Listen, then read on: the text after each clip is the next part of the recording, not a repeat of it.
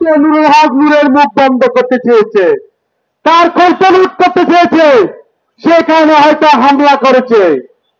আরেকটা বিষয় হচ্ছে নুরুল হক নূর হচ্ছে এই জুলাই গণ অভ্যুত্থানের সামনে থেকে নেতৃত্ব দেওয়া এক মহানায়ক, যিনি জেলে থাকা অবস্থায় বলেছিল রিমান্ডে থাকা অবস্থায় এই হাসিনার 90% পতন হয়েছে, আর 10% ধাক্কা দেন, যার এক ঘোষণাতে এদেশে আসামের জনসাধারণ রাজপথে নেমে এসেছিল।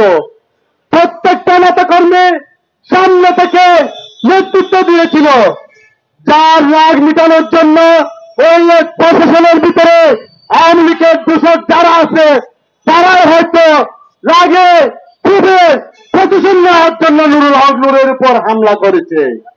আর তৃতীয় বিষয় হচ্ছে, আমরা যখন শেখ হাসিনার আমলে এই ভারতের বিরোধিতা করেছিলাম, মোদীর আগমনের বিরোধিতা করেছিলাম, তখন ভারত এবং ভারতের মদত পুষ্ট অনেকে নুরুল হক নূর সহ ছাত্র যুব গণ অধিকার পরিষদের নেতৃবৃন্দকে হামলার জন্য বারবার চেষ্টা করেছিল।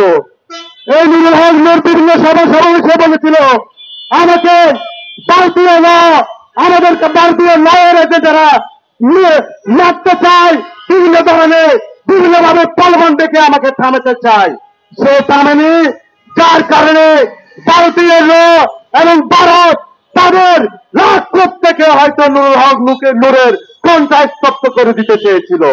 এই 3 কারণে নুরুল হক নূরের উপর হামলা হয়েছিল। এই সরকার যদি এই হামলার বিচার না করে তাহলে শেখ হাসিনার সাথে এই ইন্টারিয়ামের কোন ব্যবধান নাই।